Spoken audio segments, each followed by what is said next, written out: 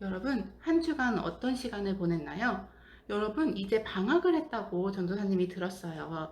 전도사님은 학교 다닐 때 방학을 하면 방학하는 날 꼭 했던 것이 있어요.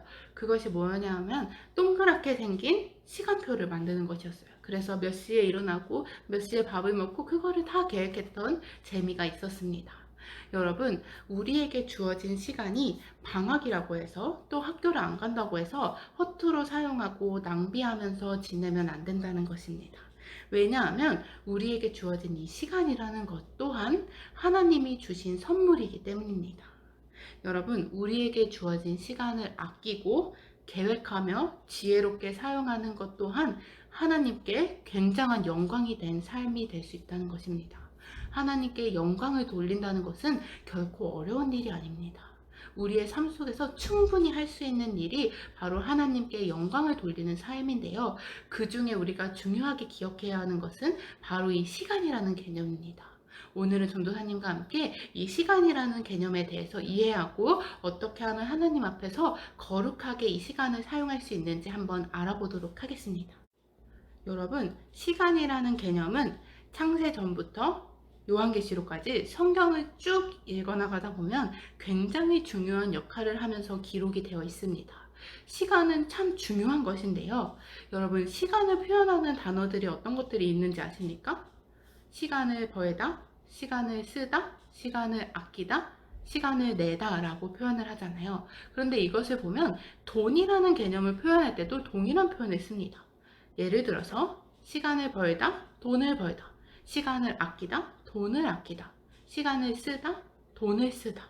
이렇게 여기서 우리가 알 수 있는 것은 시간은 굉장히 중요하다는 것입니다. 그런데 더 중요한 것은 돈보다도 시간이 훨씬 더 중요하다는 것을 우리가 알 수 있습니다. 왜냐하면 하나님이 시간을 지으시고 시간을 창조하시면서 거룩하게 하셨기 때문입니다. 여러분, 오늘 본문 말씀을 보면 에베소서의 사도 바울이 우리에게 시간을 아끼라 라고 이야기를 하고 있습니다. 여기서 시간을 아끼라, 세월을 아끼라 라는 이야기는 그냥 그저 부지런히 살아라, 성공하기 위해서 열심히 살아라 라는 이야기를 하는 것이 아닙니다. 그거보다 더 깊은 의미를 가지고 있는데요. NIV 해석본에 보면 이렇게 기록을 하고 있습니다. 주어진 기회를 선용하라 라고 해석을 합니다. 더 정확한 해석입니다. 여러분, 시간은 우리에게 어떤 모습으로 다가오냐면 바로 기회의 모습으로 다가온다는 것입니다.